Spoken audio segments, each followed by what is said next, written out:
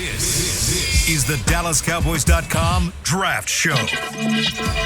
Your war room for insider news and draft analysis from deep within the confines of Cowboys headquarters at the Star in Frisco.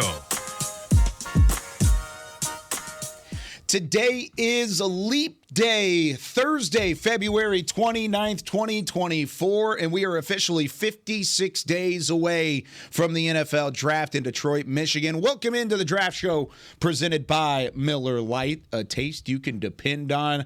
We've got the NFL Combine to break down, media availability kicking off yesterday, and plenty of news and notes to get to here over the next hour as we continue to lead you into NFL Draft Process 2024. Today we've got Aisha Morrison, Bobby Belt, and then live from Indianapolis here in a couple of moments, we've got Nick Harris out there from Radio Row. I'm Kyle Yeomans, Chris Beam in the back. And Bobby, this is always a fun time of year because this is really where the information starts to gather. Yes. You've got all of the scouting, all of the film, and all of the gathering of information initially. Now you get to share that information. Yeah, this is the Super Bowl of the offseason. Yeah. Not just because of what it is for the draft, but naturally you get all these powerful decision makers out there. It gives them a chance to, hey, let's check in before free agency. Let's talk about trades. Let's do some different things. So to me, this is the pinnacle of the NFL offseason, even though it hasn't officially gotten underway yet. This week right here and what you get to learn about the players,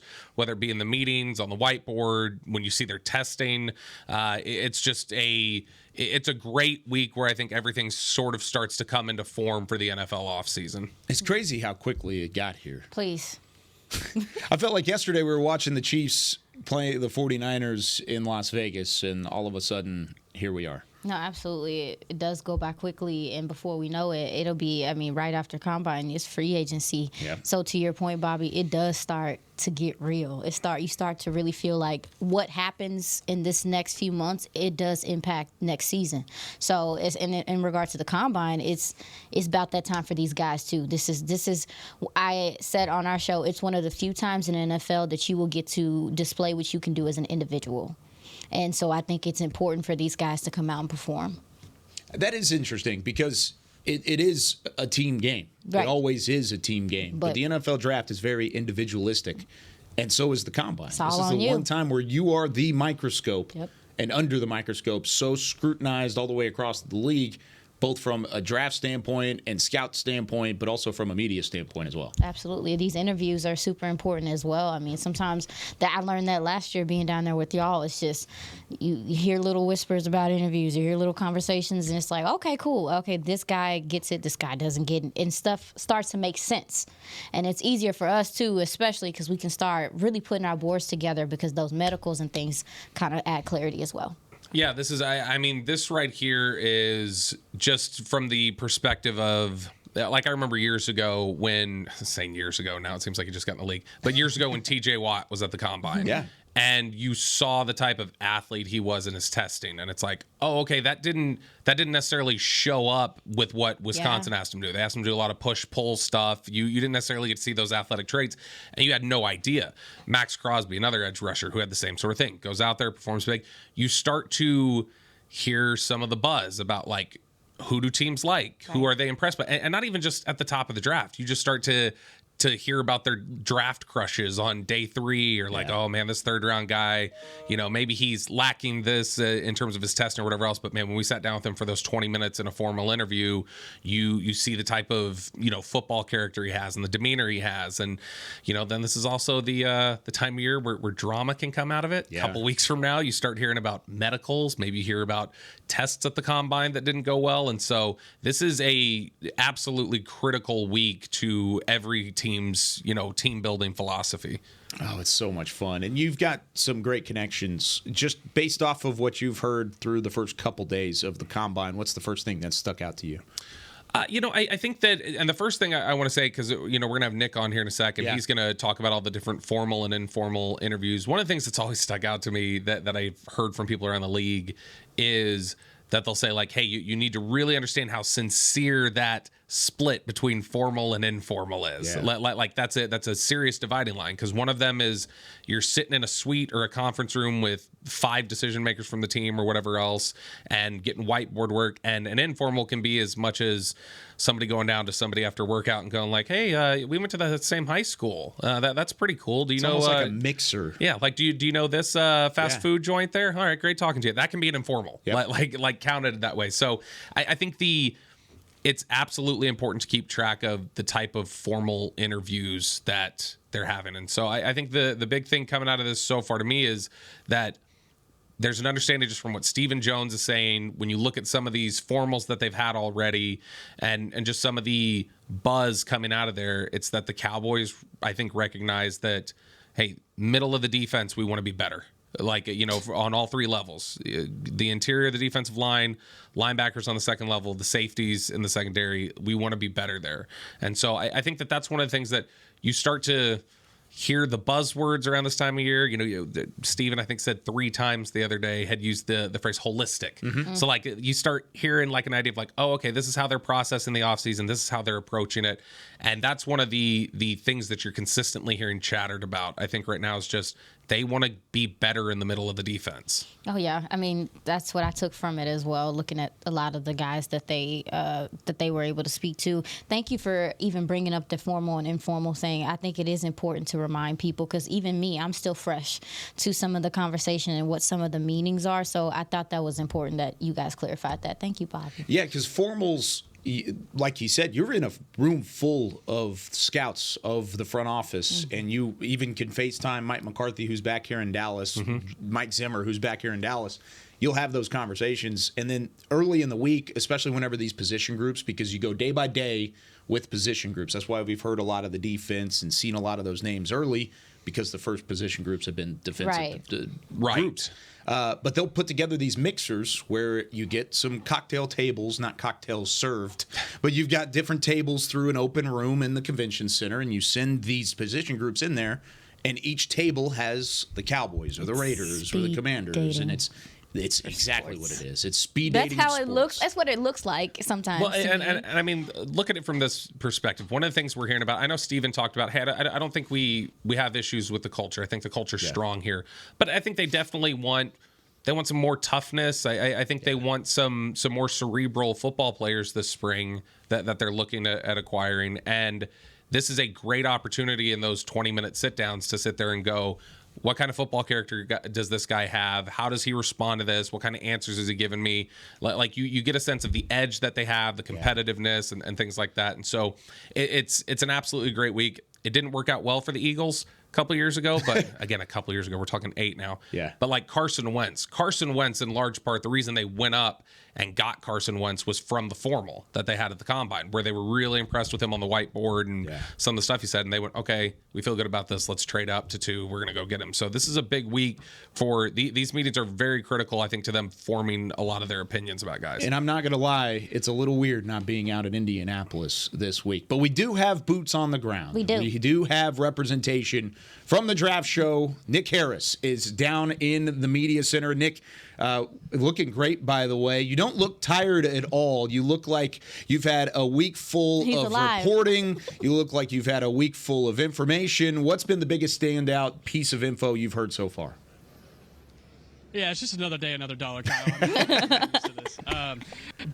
Yeah, it's been really fun out here in Indianapolis. It's my first time here at the Combine. I think probably a couple of the biggest nuggets that I've been able to take away from these first couple of days of media availabilities, we could start with yesterday, defensive tackles. The 5 formal interviews that the Cowboys are participating in over the course of this week. Tavondre Sweat out of Texas, McKinley Jackson out of Texas A&M. Just a couple of the names that are standing out from that group. But then also today, they're looking at a couple of high-round corners. Formal interview with Nate Wiggins out of Clemson, and Wake Forest's Kalen Carson, a formal interview with him. Georgia corner Kamari Lassiter. I've talked about him as potentially being a fun Jordan Lewis replacement if they are able to, if they're not able to bring Jordan Lewis back onto the team next season. So they're looking at some of those day 1, day 2 type corners. I think that's a position that, at least for me, I'm starting to take more seriously as we look at draft needs coming out of free agency. It seems like that might be a sneaky need, though. Yeah, Nick, do you when you see them meeting, having formal interviews like that, do you think that's indicative of any potential vulnerability of like, hey, Stephon Gilmore's a free agent, and we got to make sure that things work right for us here to protect. Do you think that they look at that as like, hey, we got to make sure our bases are covered and have an understanding of who's potentially available at the top of the draft in case we're sitting there needing a third corner? Yeah, that's certainly insurance as well. I mean, if they aren't able to bring back either Stephon Gilmore or Jordan Lewis, and they need a guy that can step in and start on day one, then a guy like Nate Wiggins or potentially Kamari Lassiter could fit that mold. They would just need to bring him in camp and be able to work him up and get him ready for those type of moments. But, you're only guaranteed bringing back Trayvon Diggs and Deron Bland, so it would make sense to plan for any scenario. Yeah. What's been the outside of the defensive early media buzz, have you heard anything on the offensive side of the football? Do you feel like, I know those position groups will come later in the week, but what have you started to hear from your conversations out there? Yeah, tight ends. Coach Lunda Wells is out here meeting with a ton of these tight ends informally. I don't feel like there's an approach to even draft in this draft cycle, but he's still having those conversations, and he'll actually be working out with them during the combine as well. But receivers, I think that's probably the biggest thing I'm looking at, as well as running backs. I think once we have conversations with those guys, that'll be tomorrow. I think we'll have a lot more clarity about the type of running back they will be looking for here in this draft cycle. For me, I would expect them to go out in free agency, try to find that scat back type of small back that can be a dynamic weapon in the receiving game, and also be able to get some things done maybe on second down and type of like a counter or draw situation, but then have that bruising running back to draft out of this draft class. That's something they didn't have last year. They needed those short yardage type of runs. They tried it with Hunter Lipke on a couple of occasions, and while it did work, that Miami fumble definitely did leave me in the press box wiping my tears a little bit. But I think if they can go out and get a guy like Braylon Allen or a Ray Davis, we've talked about goodness, I'm blanking on the guy from Tennessee, Jalen, Zach Walchuk's guy. Yeah, Jalen Wright. And I think if they can go get a big guy like that, I think it would be big time. Nick, I'm not giving you pushback, but I am curious. So you mentioned that the tight end position is somewhere that you don't think that they would draft. Why is that? What to this point has the room. Oh, go ahead. The room is developed. I mean, you have Jake Ferguson starting. You got a couple of established backups. They spent a second-round pick on Luke Schoonmaker last year. Peyton Hendershot's coming in, and then John Stevens Jr. is coming off of injury. They're going to have to figure out how to work him in. Sean McEwen is a free agent, so they have a decision to make with him, but I don't really feel like there's a need for that position whenever you look at the number of draft picks that the Cowboys have this year in comparison to their needs as well. Nick, when we talk about some of the stuff you're seeing on the offensive side, you mentioned the receivers and the running backs. Steven already obviously talked this week, and one of the big headlines coming out of there was the Tyler Smith comments. Like, is he starting to give an indication potentially that, maybe the interior is Tyler Smith's future? Are you going to have extra attention on, okay, let me see formally if there's a greater focus maybe on some of these tackle-specific players rather than guys who have that flexibility to play inside? Are you looking to see if there's any indication like that, given what they said about Tyler Smith? Yes, absolutely.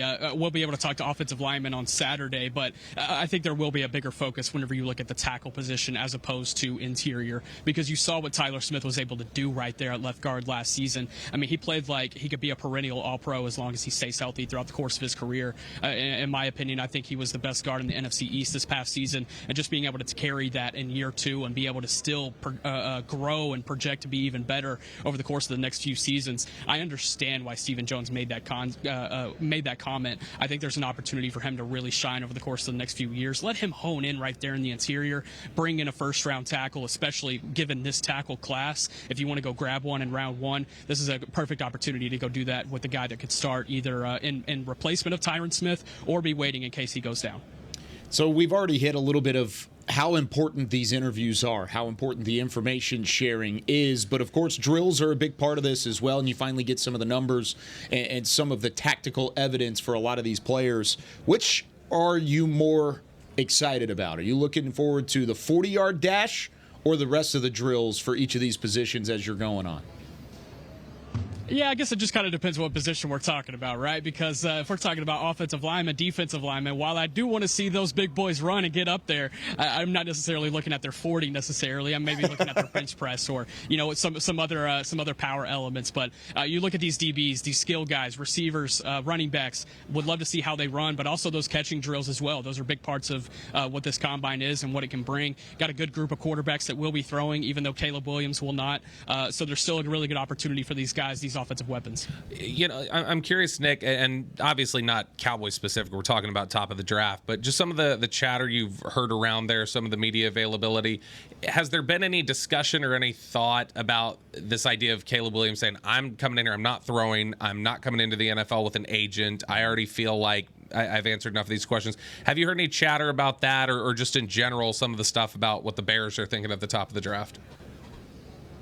Yeah, as it sounds right now, it doesn't really feel like the Bears have a final decision. They will have to come to a final decision before that March 11th, March 13th range before free agency comes. That's what the chatter has been around here, that they want to have a decision before then, so they know the direction of the team before they really dive into free agency. But if I'm a betting man, I think they keep the number one pick and they roll with Caleb Williams, but I think it would be an interesting future for them for sure. Do you feel like that's the first domino that needs to fall for other draft trades to start happening? Because it feels like even though they have that top pick in the draft, and of course they're picking a little bit later in the top 10 as well, but you have to know what the Bears are thinking before the rest of the teams can be certain in pulling the trigger in deals that they're looking at. I'm sorry, say that one more time, Kyle. I lost you there in the middle. Do you feel like that's the first domino that needs to fall from a trade perspective? Yeah, I would say so. I mean, that's the easy pick that would be traded first. That would kind of just set off the open market as far as being able to move around. Yeah. I think there's going to be a lot of moving in that top 10, but everyone wants to know what's going on with the Bears for sure. All right, what does your schedule look like as you continue on for Combine coverage, and then we'll get you back for next week, but what do you got going on the docket today? Yeah, here in about 5 minutes, I'll be meeting with Will McClay. We'll have an interview up on DallasCowboys.com here soon, just kind of talking about Combine, draft strategy, things of that nature. And then tomorrow it's quarterbacks, receivers, and running backs that we'll be able to talk to during media availabilities. And then tomorrow getting Jerry Jones and getting his take on the offseason and the draft as well. What's one question, Bobby, that he needs to ask Will McClay? Oh my gosh. That's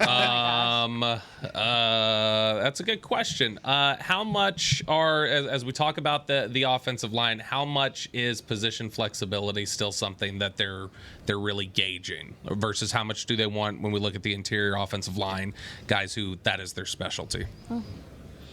Yeah, I got you, Bobby. I'll throw that in for you. Thank you. I want you to ask what does the all-in approach mean to Will McClay, too? I think that's been a buzz topic. That's been a buzzword throughout, and I think he'd have a great answer for that. So if you could fit that one in for me as well, too, Nick, we really appreciate it. You can keep up to date with Nick, by the way. Absolutely. If you haven't already, Nick Harris, DC on Twitter. You've done phenomenal work all week long. Keep it rolling. It certainly makes us feel like we're more connected and involved back here inside the Stars. You're out there doing great work, and we'll see you here in a couple days.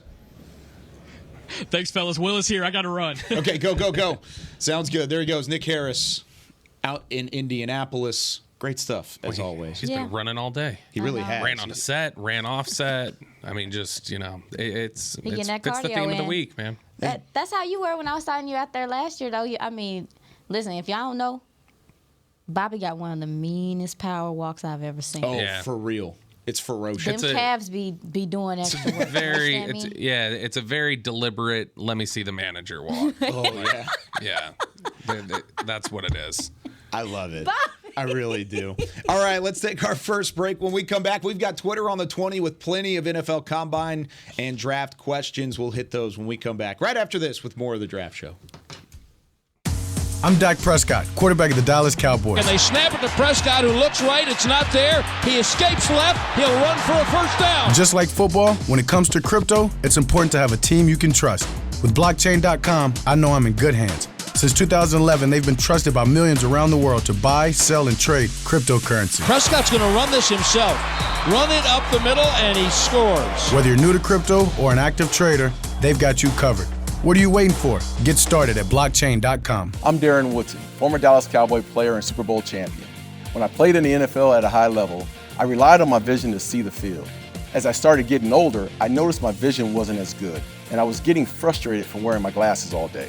I went to Laser Care Eye Center, and Dr. G talked about all the options. Thanks to technology and Laser Care Eye Center, I can see near, far, and between.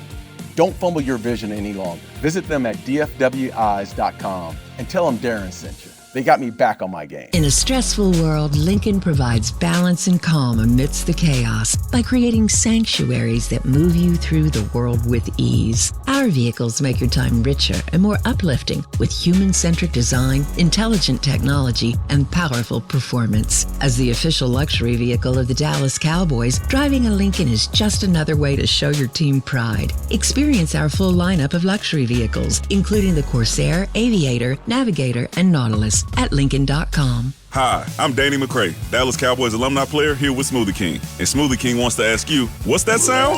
That's the sound of us magically transforming our smoothie bowls into 2 new decadent flavors. Dig into a cool acai or pitaya bowl, handcrafted with crunchy, purely Elizabeth granola, fresh strawberries, and finished with a velvety chocolate hazelnut drizzle. Perfect for breakfast, lunch, or anytime you want to munch.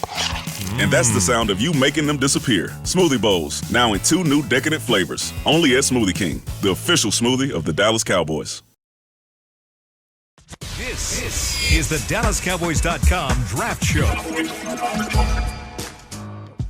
Back here on the Draft Show, 56 days away from the NFL Draft. NFL Combine going on in Indianapolis, and plenty of news and notes to share, but we continue into that news and notes with some.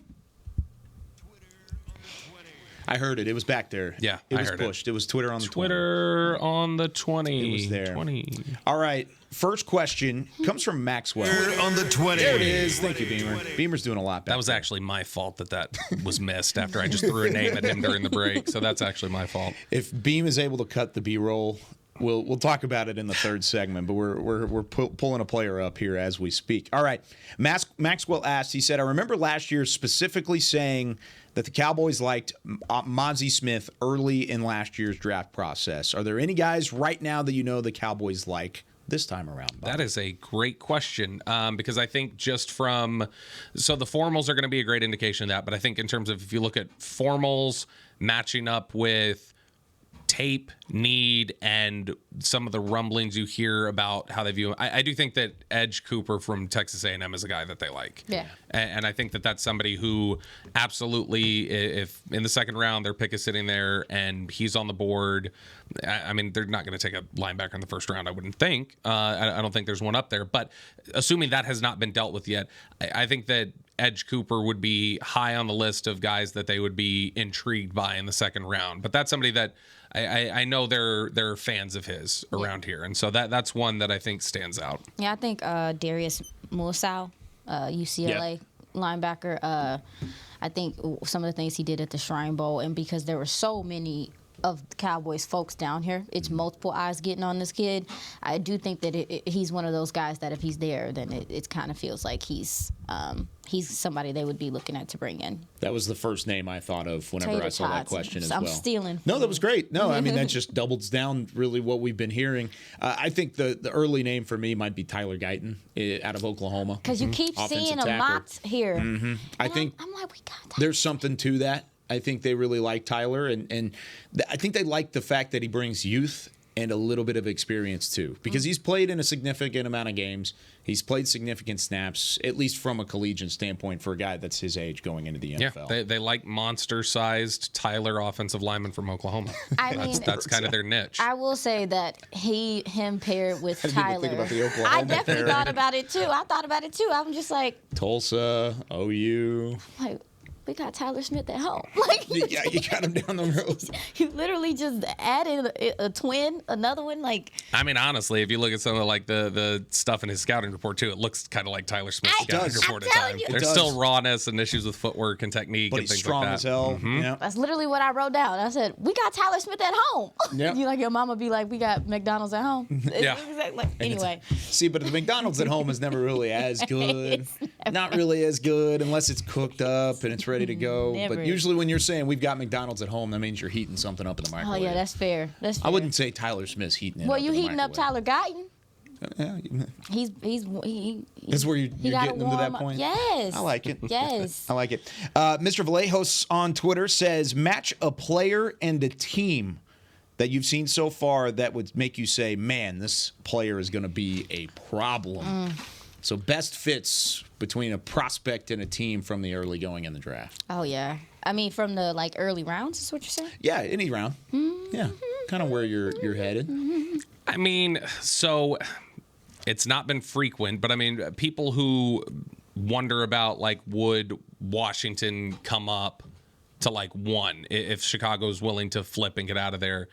I mean, that's natural. Yeah. That's a natural fit there because you've got Cliff Kingsbury there as the offensive coordinator, already worked with, Caleb Williams. It's ripe, I think, for his skill set there. He's from Washington, D.C. I mean, a lot of things I think check boxes there. But, it's, I don't know. That's one that has stood out to me, just the idea of that pairing would be really good. I mean, I think, honestly, when you've seen some of the pairings that you've gotten with Dallas, like the Tyler Guyton one, or Mims, just some of these, freaky, big, athletic guys. It just, and the success that they've had with those types of players, going back to even Tyron Smith all the way up. I think that those are ones that I look at and say those are good fits. But, I mean, those are some of the ones that stand out to me. I mean, I think I have one, but at the same time, I'm not 100% sure. With Jeremiah Trotter, he, where does he have ties to? I'm not mistaken. Hold on, I feel like I screenshotted it. You talking about through his dad? Yeah, no, I'm saying whatever. Philly? Philly. Yeah, because his dad played in Philly, drafted him there. Philly. I've just been seeing a little buzz about that, but then also, too, we seen it. You seen it. I all seen it. All of us seen it. They need help at linebacker. And I do think that he's a gentleman that could fall to them, and it maybe could work. I mentioned even earlier in the draft, Jaheim Bell, FSU, tight end / basically running back. Holy crap! Please keep him away from San Fran. I beg of thee. I definitely think he could be somebody that they see because he has that. I can do things in the backfield, but I can also do things because I'm athletic and stuff like that in the intermediate middle part of the field. That's their money.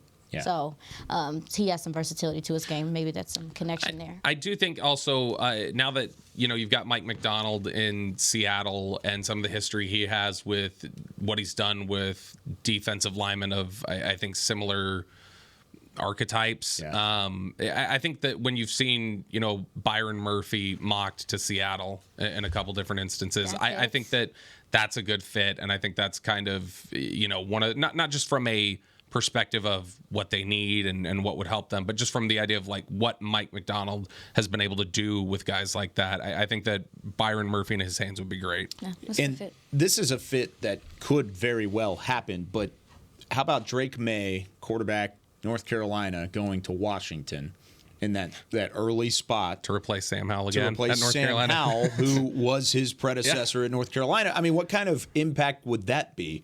I mean, that's an interesting dynamic overall. And of course, Dan Quinn out there in Washington, they need a quarterback. Yeah, I mean, Drake May there is a great fit. I think they've had and I think specifically Cliff working with a guy like Drake May would be huge. Now, there's some that have mocked, I know Jaden Daniels could go number 2 instead of Drake May. And people say, look, he had success with Kyler. He's had success with a mobile quarterback. He knows how to use them, knows how to get the most out of them. I think obviously it's different skill set. You're talking about different size profiles and different passers. But no, I think that Drake May is a really good fit for Washington, and specifically if Cliff were able to work with him. And there's still some questions about, for me when watching May, is just what he's seen at times and the decisions that he makes. And I think just Cliff being such a high IQ offensive football mind, him working with him, I think would be massive. Usually during the week of the combine is whenever I submit my first block of positions for the draft magazine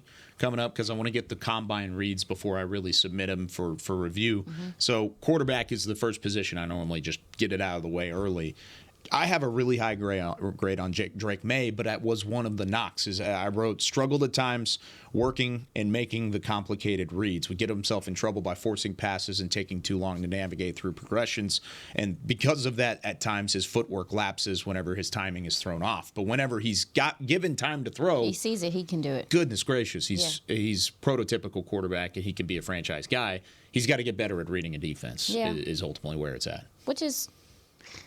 You can teach that. It's normal. I mean, it's not. I'm not going to sit up here and make it seem like it's an excuse, but I guess this is, again, that's why we talk about the formals and things like that. Like, at what level is it? Because I do think that's a part of, coming into the league as a quarterback is like it does take time to understand these things. I mean, we didn't see Dak take that like next step to what, year 4, year maybe 5. So I just think.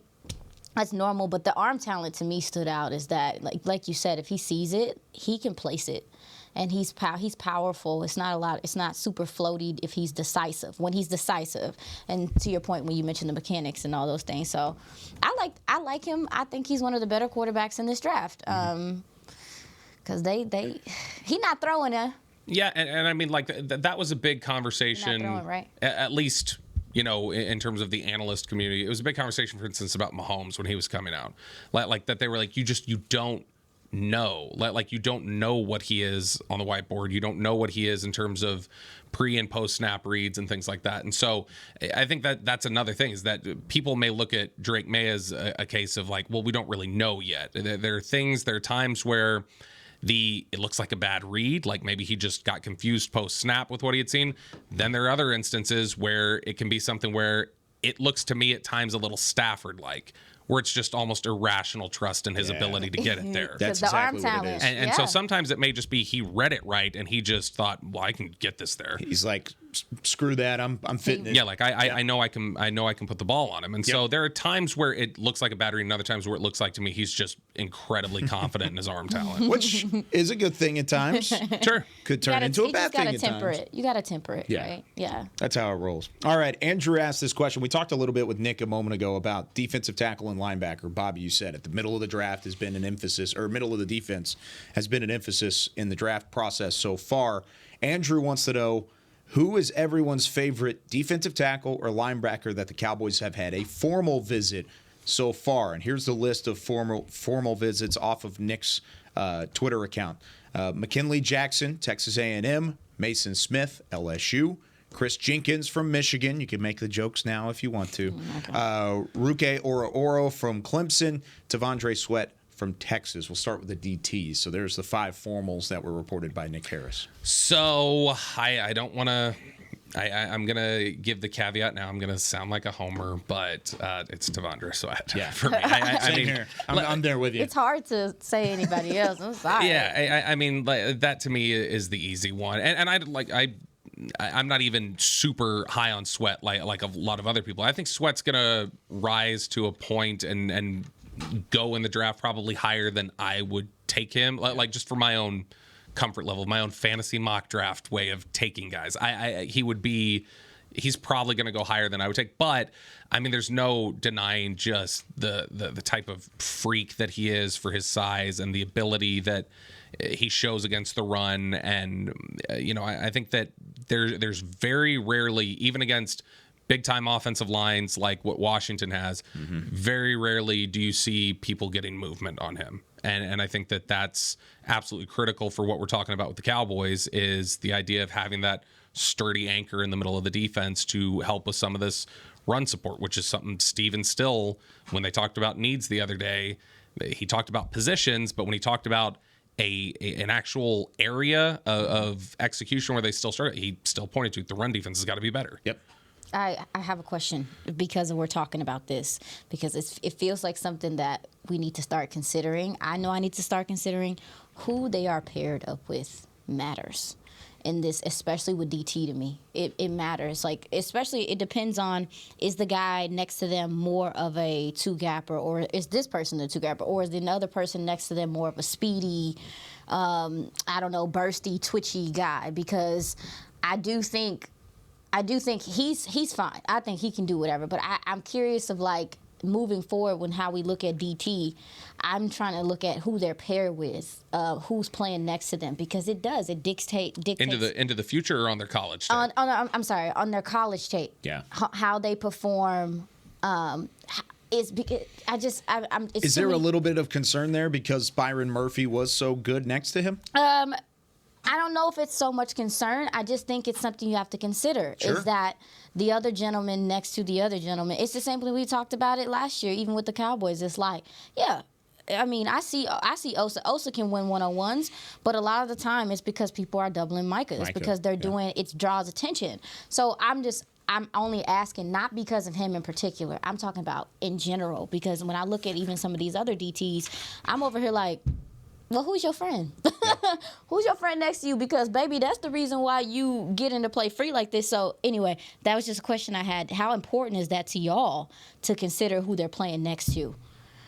I think it plays a factor because even in the film that you get to see, yes, you will see one-on-one scenarios. And both of these guys went one-on-one Oh, yeah, quite they a can bit. play. They didn't get double-teamed a ton in college. Yeah. But I think it does play a factor because ultimately the guys that you're playing around do elevate your game in a certain direction. I'm not worried about these guys, especially whenever you've got the B-roll that we were just watching from Senior Bowl when you're seeing one-on-ones won by T'Vondre Sweat. That's pure strength and skill. Yeah, I guess less so who they're playing alongside. I guess what I would look at more, because I think that'll show up on tape regardless of having to ask that question. I think when you see the tape, you'll be able to spot, okay, like he's getting favorable matchups here. How much is he just taking advantage of a lesser tackle or whatever else because there's attention over here? Mm-hmm. Those are those sorts of things. More what I would wonder is like if you see something on tape where it's like, okay, they're mainly playing inside, or like if you're talking about defensive backs, for instance, you're seeing a corner that's mainly playing inside, or it appears that we've got a lot of tape of them playing man, but there's not a lot of them playing zone or whatever. So those are more the things where I go like, okay, are you niche and we just don't know it because we haven't been able to see the way you've other been things. utilized Yeah. in certain ways. How do you feel like Sweat has been utilized? Oh no, I think that I think they're fine. I guess I'm asking because I'm looking at even like this Cowboys roster and these DTs and how things are with them, and I think we've seen that different guys perform better when they're next to certain guys, or if there's another guy that's there. So I just think where your DT room matters when you're talking about bringing in like a Sweat, because I think he's gonna thrive regardless. But I don't know. Maybe I'm tripping. I'm curious. You're not. How early, and not to shoot the wheels off here, but how early would them taking a defensive tackle potentially signal to you maybe they're not as comfortable with Mozzie as they publicly said? Just first. If they went second, you would just view that as depth, or I don't think that bothers me. Would it bother you? No. I just first round would be interesting. If they went first round defensive tackle, that says we are concerned about Mozzie and what he can bring in the future. Because going back to back like that on a specific position, because you're not going to draft a 3-tech in the first round and expect it to be a 3-tech, unless I guess you can move Mozzie with all the weight that he's lost to a 3-tech. You can maybe do that. But if you're taking a true nose tackle, a run stuffing defender for the second straight year inside the mid-20s, I think that's a problem. But if you do it in the second, you're just investing in your run defense. As someone that wants them to address that position more so with proven talent, like in free agency, I don't know, because take a second. What is your DT room right now? What is it? You don't know if Hankins is coming back. Yeah. You don't know, like, obviously, Mozzie still has to develop. It's Osa, Mozzie. Chauncey Golston probably going to get kicked back out to edge because, respectfully, Zim can look at him and see he's DN. Neville Gallimore, they incentivized almost his whole contract this whole season. So he's a it's free agent too, right? He's a free agent. He is a free agent. So I ask you, what the hell is your D tackle room right now to where taking somebody high is like, I'm super concerned. I would be more concerned if they didn't touch. I guess if they take a free agent, if they draft a guy and they don't touch free agency with DT, I'm a little more so like, okay, what the heck is going on? I don't know, or the other way around. I mean, Oso Odigizua is not going to be a run-stopping one technique. No. Exactly. And so Osa's already got one spot. So I think that, if you're taking one in the first round that is a run-stopping defensive tackle, to me that is such a niche, narrow position that you're addressing when you already addressed it in the first round last year. To me, it's like you don't just draft depth in the first round. No. And so I would... That's why your line of thinking is why it doesn't concern me if they took him the second or the third or something like that. Yeah, because I don't mind the second. you know, with how frequent defensive line rotations are in this day and age too, and I got to go back and look and see how much Zim was rotating guys in Minnesota the last couple of years. Quite a bit. And so because of that aspect of it,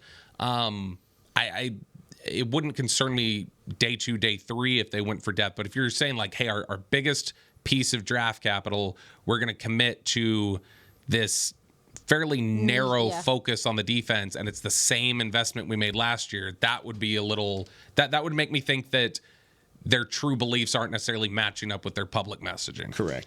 Yeah, that's fair. I mean, or again, they might be trying to pair how we saw the Commanders do, to me, is where they was like, we don't care, we're going to use important picks You're just going to put guys to get the middle of our defense the way that we need it to be, and it ended up working out for them, but it don't always work out for everyone. But I mean, I would be like, what the heck? But I would be more like, what the heck, if they didn't touch it at all, and even in free agency, because you don't have the luxury to just look at what you have now and be like, we're good. We're all right. No. To finish the second half of our final Twitter on the Twitter question. Twitter on the Twitter, yep. Twitter on the We Twitter. knew what he was saying. Junior Colson, Michigan. Tyron Hopper from Missouri, and Edgerrin Cooper from Texas A&M. Which out of those three guys, those are all the formals at linebacker so far. Which one of those guys do you like the best? So Colson, Cooper, and then what was the other one? Hopper.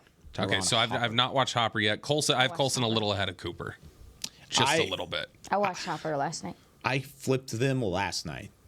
I mean, they're right there next to each other. Yeah, Right, it's they're difficult. touching tags already. They were touching tags before last night, and they still are to me. But I now have Cooper ahead of Colson, but I love Colson too. Yeah. I think both those guys are great players. They're both high second round grades for me. I think is Edgerrin a little longer? Yes. Yes. I think that's what stands out. But then you've got Colson, who's a little bit more built. Yes. It's So length Yeah, versus Colson's got build. 20 pounds on I think Cooper. he's like 247. Something like that. I mean, I love the way Edge Cooper plays is just the thing. To me, the way he sees it and gets after it, and the way he uses that length, and the way that he's able to get off of blocks and not just run around them or whatever else. I really, really like him and think that he'd be a big positive for them in their linebacker core. Yeah. How you said you wanted to address defensive tackle in free agency, I think I would definitely feel more comfortable if one of the starters they get at linebacker is from free agency. Like, I want to get a veteran that I know sees it and reads it and reacts the right kind of way. That's what I would want to address in free agency, because it is so much of a crapshoot at times with linebackers coming out of the draft in terms of how quickly they see it, process it, and react to it. Would you be okay pairing a rookie with a veteran and having both guys? I know that'd be a perfect scenario for me. Yeah, that's completely fine with me.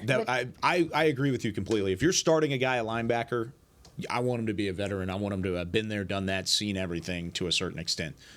Whereas Edgerrin Cooper, he brings such an upside that you want to pair him. I mean, think about Leighton Vander Esch had Sean Lee. Yeah. And Sean Lee had individuals to learn with all the way through, too. So, same thing with bringing in a linebacker. Who are they going to learn from? Damone Clark is their guy. This room needs that. You need a veteran. They do need that. And I would feel more comfortable, too, if they addressed it in free agency as well. But I do want to ask you guys, if they address it in free agency, do they take one of these linebackers later then? You could. I don't think they would feel the pressure or, to have to take a guy higher. In the second. Because there are some later round guys that could come in and be pretty good linebackers for him if they pair with a veteran. They've got a pretty extensive history of, regardless of need, taking linebackers. I mean, whether it be, I'm trying to look here now. There was a stretch there where I think 20 and 19 they didn't take linebackers. But if you look before then, it was some insane run of 18 of 20 drafts they took a linebacker somewhere. Wow. And it's because, I mean, a lot of times you get guys who are contributing on special teams and are, just depth guys at the linebacker position and do different things. And so I would guess, regardless of how they address it in free agency, they're taking a linebacker somewhere. Right. And they're still really, really high on DeMarvion Overshown.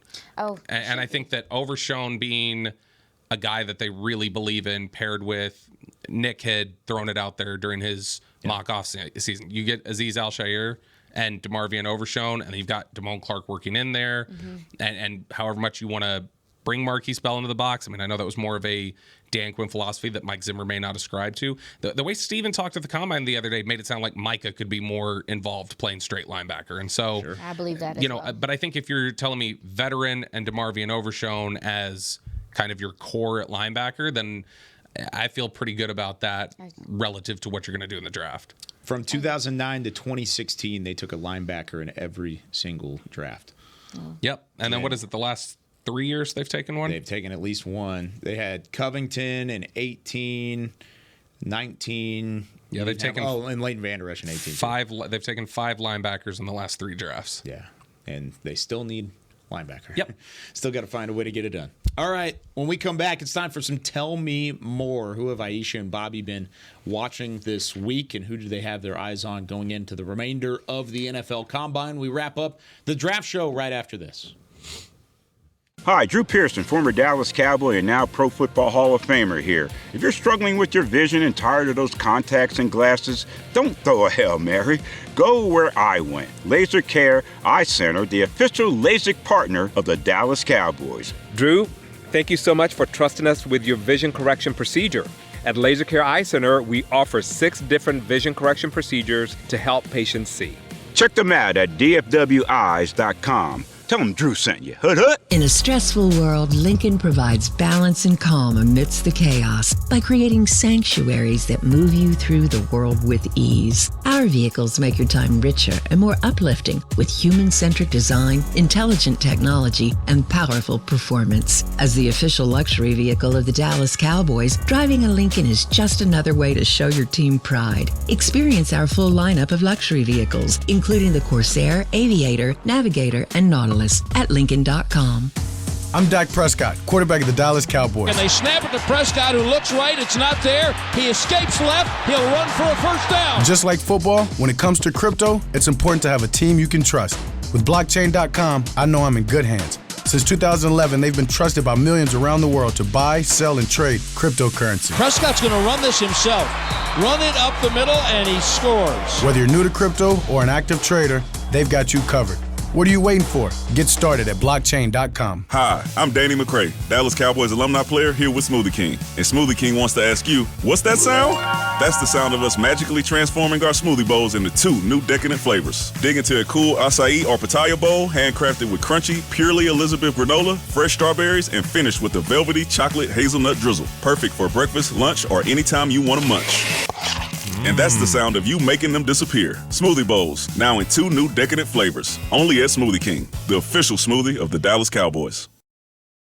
This is the DallasCowboys.com Draft Show. Back here on the Draft Show, presented by Miller Lite, a taste you can depend on. We've got Aisha Morrison, Bobby Belt, Chris Beam. I'm Kyle Yeomans. Let's talk about some Tell Me More. Scouting reports over players that we haven't necessarily had a chance to talk about much on the show. Aisha, I'll let you start. Who you got? I have a gentleman that they did a formal with. I want to tell you more about Nate Wiggins, cornerback out of Clemson. This is a young player. Very young player. He's a nugget. He's 6'2", 185. He predominantly plays outside.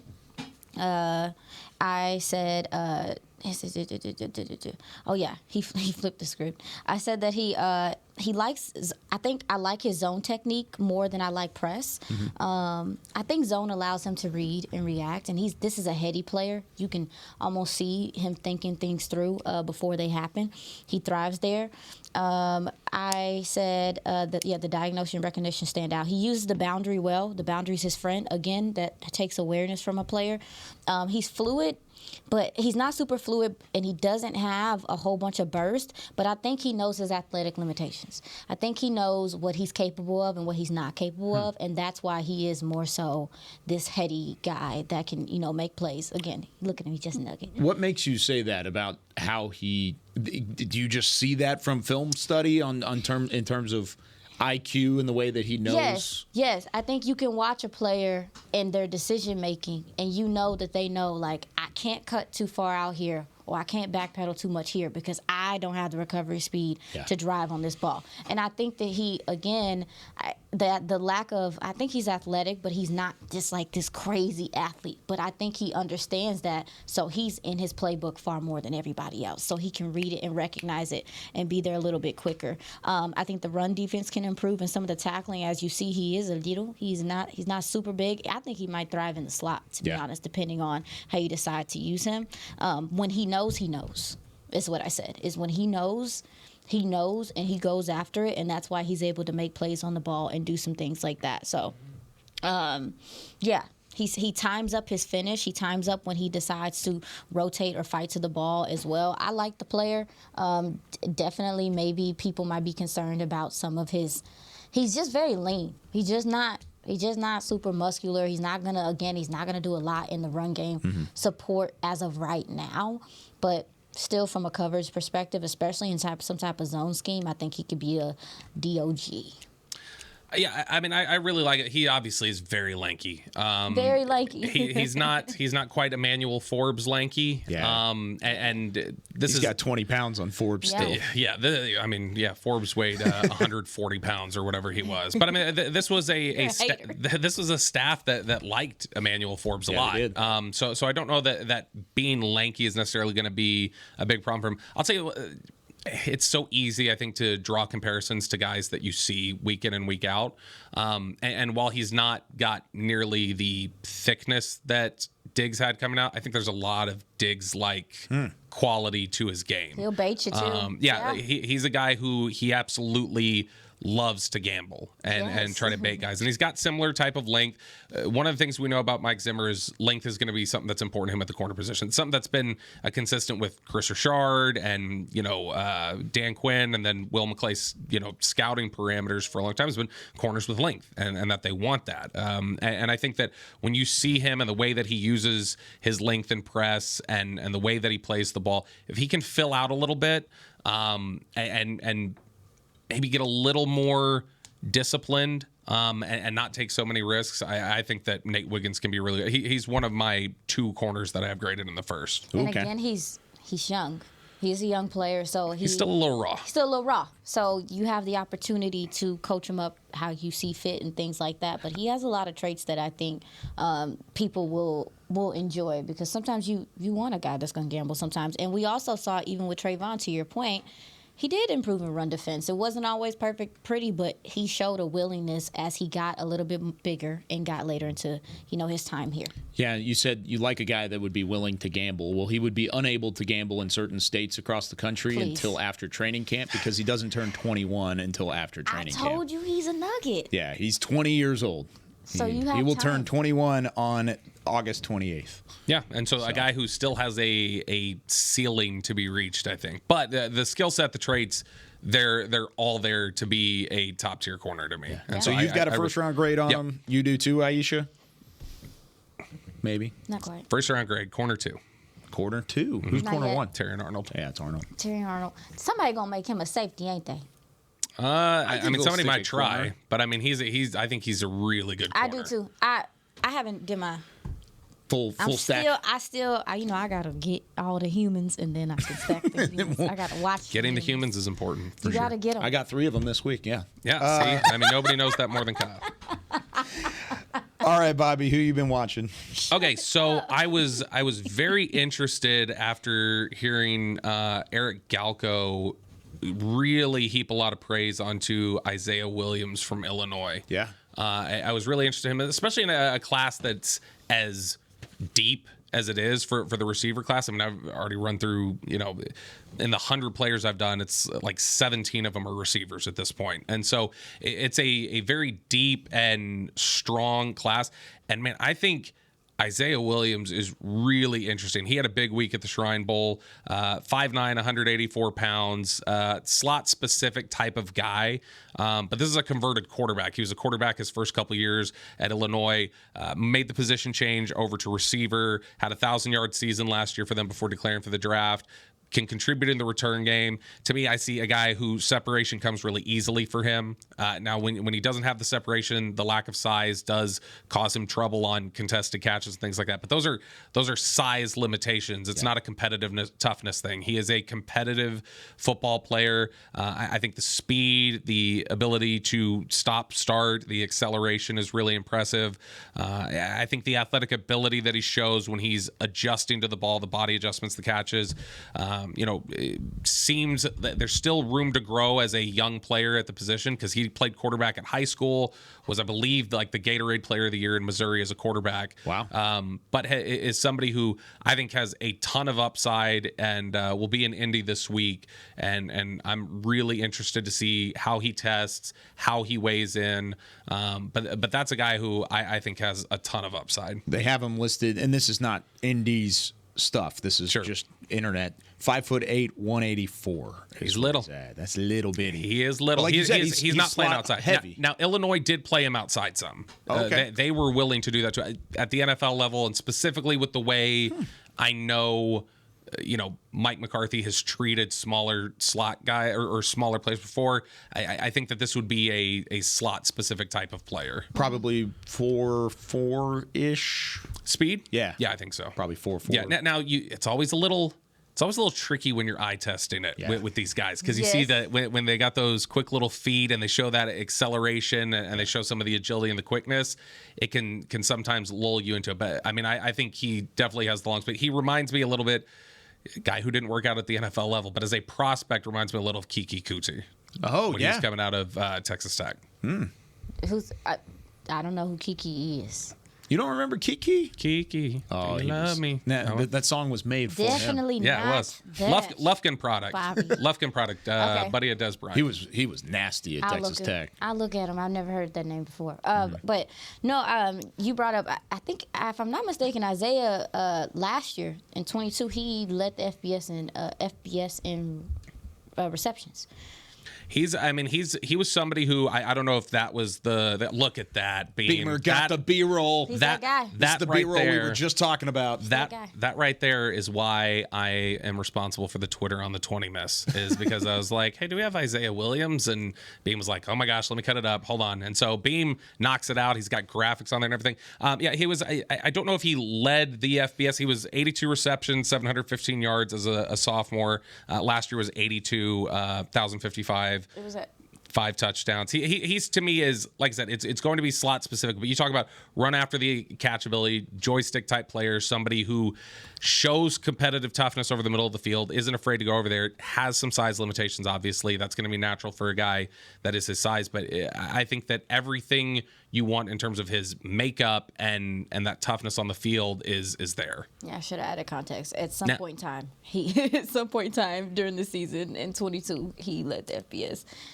Now here's one thing that's going to probably make fundamental coaching on the special team side a little sick. He did muff 3 punts this year. It's not great. I mean, but he by the way, he finished what is this, 16th in receptions this year? So he was top 20 in the FBS in terms of receptions. I will say, we've talked about it the last couple of years, keep an eye on Illinois, man. Like they seem like they've been churn out putting prospects. Illinois put out Kirby Joseph a couple years ago. They've got Witherspoon. Yeah. They've got some guys this year. I mean they've done a good job building up that program from one that was a little down for a while. But I think that Brett Bielema has done a good job building that back up over there in Illinois. That's a tough conference to win in. Some of the attitude too, when you watch Missouri players, you're like, these dudes are off the chain. Like I feel like that about some of the Illinois players as well. It's like I don't know what it is about them, but they just have that chip on their shoulder that they play with, and they're edgy. Like you said, is like, even though this guy's small, don't be worried about him being scared to catch a ball over the middle. He's not scared. He's not afraid. It definitely limits him at times. There are times where you see that his physicality. Yeah, he's. I mean, on contested catches when I was watching him. you definitely see that at times he has trouble finishing. But again, it's not a lack of competitive toughness. It is just physical limitations that exist.